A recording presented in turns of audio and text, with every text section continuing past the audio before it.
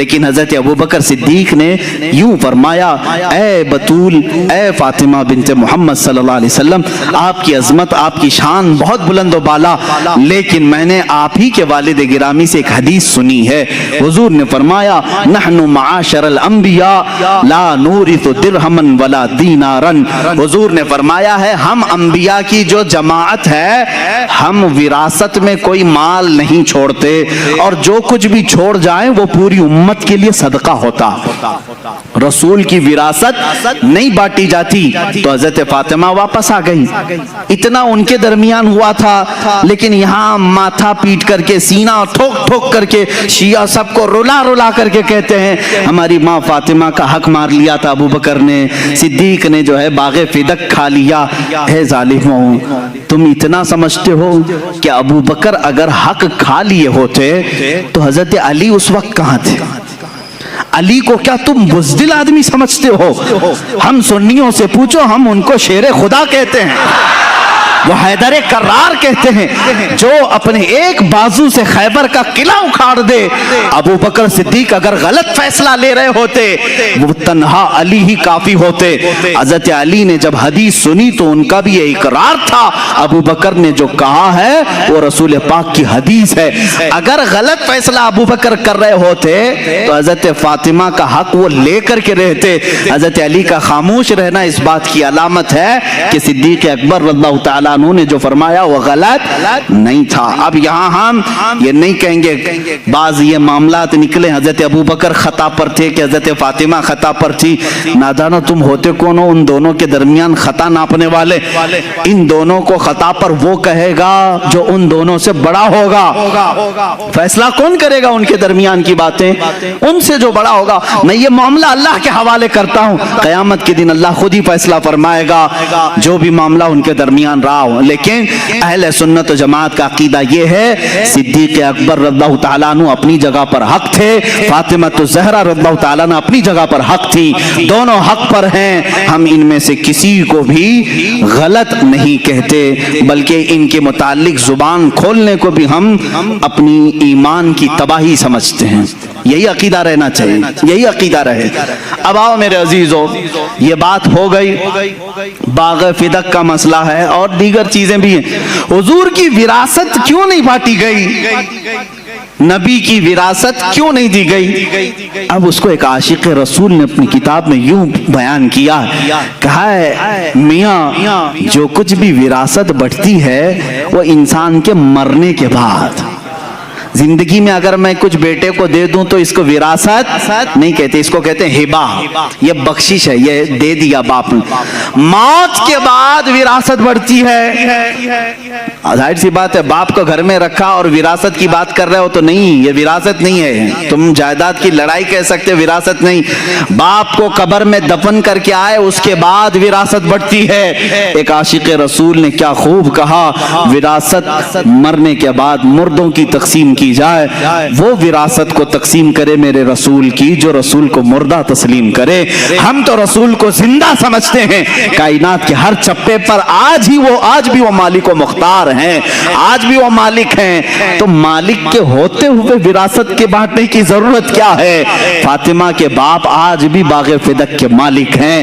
ہمارا عقیدہ تو یہ ہے۔ عزیزان گرامی وقار، آخری باتوں کی طرف آتا ہوں۔ رسول پاک صلی اللہ تعالی علیہ وسلم کی وراثت نہیں تقسیم کی گئی، اس بات کی علامت ہے کہ وہ ہم میں زندہ ہے۔ یہی عقیدہ ہے نا، رسول پاک ہم میں زندہ ہیں، وہ اپنی قبر اطہر میں زندہ ہیں۔ وہ زندگی کی کیفیت کیا ہے یہ اللہ بہتر جانے، وہ کیسی زندگی ہے۔ لیکن ہمیں اتنا معلوم ہے اللہ تعالیٰ نے یہاں موجودہ جو زمین پر زندگی ہوتی ہے اس سے ہزاروں لاکھوں درجے افضل زندگی ان کو قبر اطہر میں عطا کیا ہے۔ وہ رسول پاک صلی اللہ تعالی علیہ وسلم آج بھی دستگیری فرماتے ہیں، آج بھی دستگیری فرماتے ہیں۔ یہ الگ عنوان ہے کہ